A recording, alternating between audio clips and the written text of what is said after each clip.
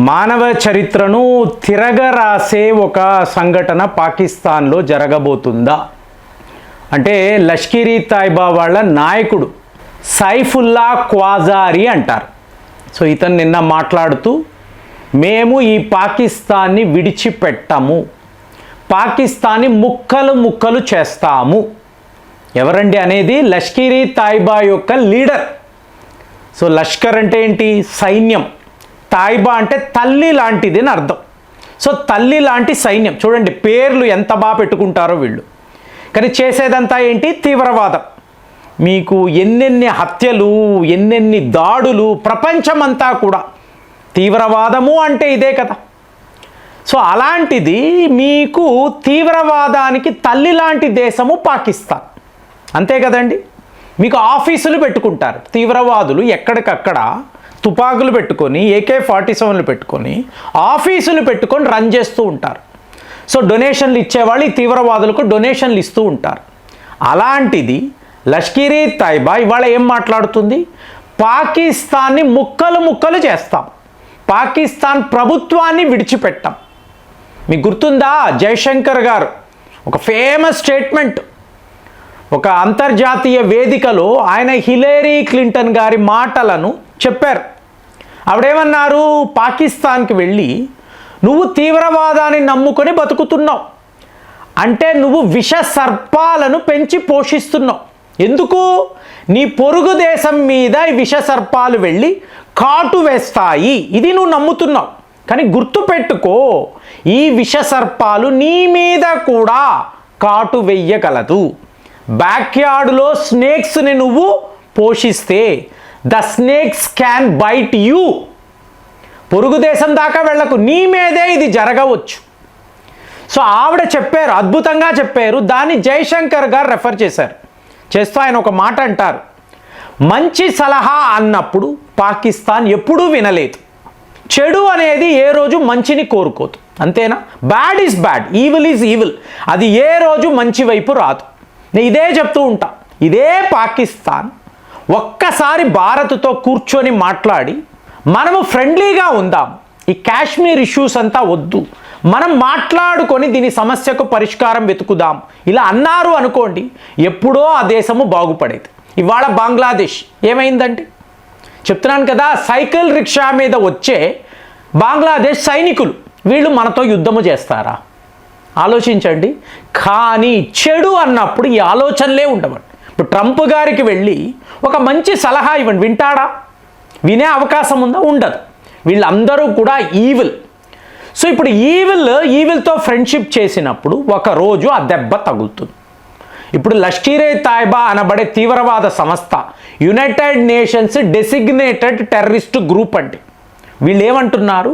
ఈ పాకిస్తాన్ని విడిచిపెట్టాము. సో మనకు అనిపిస్తుంది ఏమైందండి సడన్గా? ఇప్పుడు ఒక పాకిస్తాన్ అధికారి ఏం మాట్లాడుతున్నాడండి, ఇదేదో ఆపరేషన్ సింధూర్ అని భారత్ వాళ్ళు అన్నారు కదా, ఆ టైంలో వీళ్ళు తీవ్రవాద క్యాంపుల మీద దాడులు చేశారు కదా, ఈ లష్కర్-ఈ తైబా మీద కూడా చేసి ఉంటే, మొత్తం ఈ తీవ్రవాదులను అంతా కూడా వాళ్ళు లేపేసి ఉంటే ఎంత బాగుండేది. ఏంటి? వీడే ట్రైనింగ్ ఇచ్చి, వీడే ఆయుధాలు ఇచ్చి, వీడే డబ్బు ఇచ్చి ఒక తీవ్రవాద సంస్థను ఈ లెవెల్కి తీసుకువచ్చి భారత్లో ఎన్నెన్ని దాడులు వీళ్ళు చేశారండి. ముంబై దాడులు చేసింది కూడా ఇదే లష్కర్-ఈ తైబానే కదా. ఇవాళ ఏమైంది?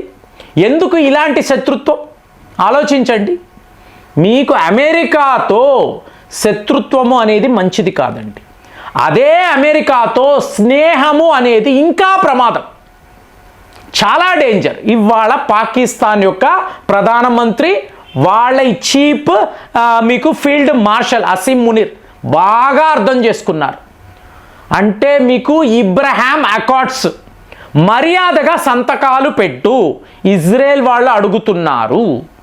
ఇప్పుడు ఇది ఎలా ఉందో చెప్పమంటారా? ఇబ్రహాం గురించి మాట్లాడాం కదండి, తండ్రి. అతని నుంచి వచ్చిన మతాలే మీకు క్రైస్తవము, ఇస్లాం. అంటే ఒక కుమారుడు ఇస్మాయిల్, ఇంకొక కుమారుడు ఐజాక్. వీళ్ళే కదండి క్రైస్తవ మతాన్ని మీకు ఏర్పాటు చేసిన వాళ్ళు. ఇస్లాం మతం యొక్క స్థాపకులు వీళ్ళే కదా, ఐజాక్, ఇస్మాయిల్. అంతే కదా. కుమారులు తండ్రిని అంగీకరించడము ఏమిటి? ఈ ప్రపంచములో ఇబ్రహామే కదండి తండ్రి. అతని కుమారులే కదా వీళ్ళంతా. వీళ్ళు తండ్రిని రికగ్నైజ్ చేయడం ఏంటి, ఇజ్రాయెల్ని వీళ్ళు రికగ్నైజ్ చేయడం ఏంటి, అర్థమే లేదు. కానీ ట్రంప్ గాడు చెప్పడము, పాకిస్తాన్ ఇవాళ పానిక్ అయిపోవడం. ఇప్పుడు ఏమైంది, సైఫుల్లా క్వాజ్వరీ ఏమంటున్నాడు, ఒకవేళ పాకిస్తాన్ ఇజ్రాయెల్ని రికగ్నైజ్ చేస్తే, అవును ఇజ్రాయెల్ అనేది ఒక దేశము, సో ఈ దేశంతో మాకు రేపు వ్యాపార ఒప్పందాలు ఉంటాయి, డిఫెన్స్ టైస్ ఉంటాయి అని చెప్పి మన వాళ్ళు మాట్లాడితే, పాకిస్తాన్ ప్రభుత్వము మాట్లాడితే, అంటే ట్రంప్ యొక్క ఒత్తిడి మాట్లాడారు అంటే ఈ పాకిస్తాన్ని మేము విడిచిపెట్టాము.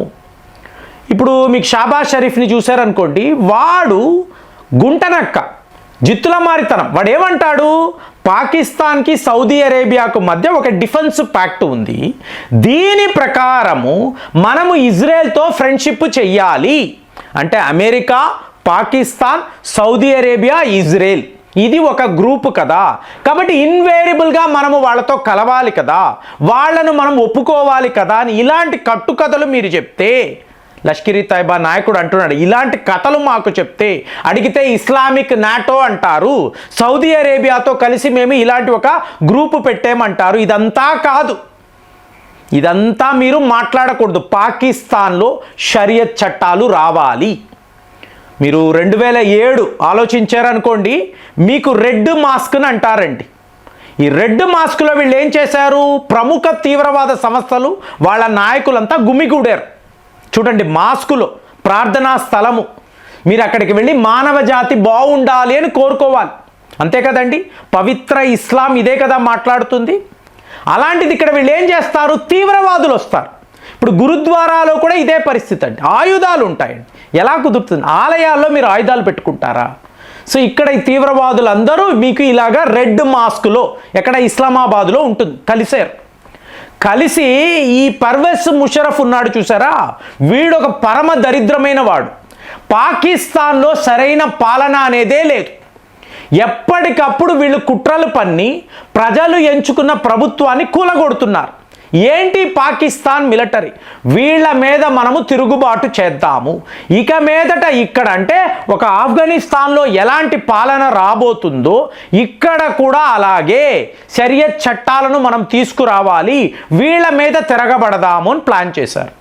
సో ఇమీడియట్గా ఏమైంది, పాకిస్తాన్ ఆర్మీ ఈ రెడ్ మాస్క్ను చుట్టుముట్టి లోపల ఉండే ఎంతోమంది తీవ్రవాద నాయకులను పొట్టన పెట్టుకున్నారు. ఇది 2007లో జరిగిందండి. మీకు ఎంతమంది మరణించారు అంటే మనకు ఇవాళ కూడా ఎగ్జాక్ట్ నంబర్స్ తెలియదు. దీని తరువాత ఏమైందంటే ఈ తీవ్రవాదులు అందరూ కలిసి పాకిస్తాన్ సైన్యము మీద చాలా పెద్ద తిరుగుబాటు చేశారు. ఎక్కడెక్కడ పాకిస్తాన్ సైనికులు కనిపిస్తున్నారో లేపేయడమే. ఇవాళ బలూచ్ లిబరేషన్ ఆర్మీ ఏం చేస్తుందో, మీకు తెహ్రీక్ తాలిబాన్ వాళ్ళు ఏం చేస్తున్నారో ఇదే పని 2007లో. అంటే ఇంతకు ముందు పాకిస్తాన్కి తెలుసు, ఈ ప్రభుత్వానికి తెలుసు ఇలాంటి ప్రమాదము పొంచి ఉంది, కానీ ఆల్రెడీ వీళ్ళందరూ కూడా మీకు బయటికి వచ్చేసారు, ఆయుధాలతో తిరుగుతున్నారు, వీళ్ళుగా ఎస్టాబ్లిష్ అయిపోయారు పెద్ద పెద్ద తీవ్రవాద సంస్థలు. ఇప్పుడు డొనాల్డ్ ట్రంప్ చెప్పాడు కదా, ఇజ్రాయెల్ని అంగీకరించే తీరాలి అనే పరిస్థితి పాకిస్తాన్కి వస్తే మాత్రము వీళ్ళు విడిచిపెట్టరండి. నువ్వు పెంచి పోషించిన తీవ్రవాదులు నీ పాకిస్తాన్ అనబడే దేశాన్నే లేకుండా చేస్తారు. ఒకవేళ నువ్వు వెళ్ళి సంతకం పెట్టను అన్నావు అంటే ట్రంప్ గురించి అందరికీ తెలుసు, ఈ పాకిస్తానే అతను విడిచిపెట్టాడు. సో ముందు నొయ్యి వెనక గొయ్యి అనేది పాకిస్తాన్ పరిస్థితి. ఇందులో నుంచి వాళ్ళు తప్పించుకోగలరని చెప్పి మీకు అనిపిస్తుందా? నాకైతే అలా అనిపించడం లేదు. మరి మీరేం ఆలోచిస్తున్నారు? కామెంట్స్లో రాయండి. మళ్ళీ వచ్చే వీడియోలో కలుద్దాం. జై హింద్.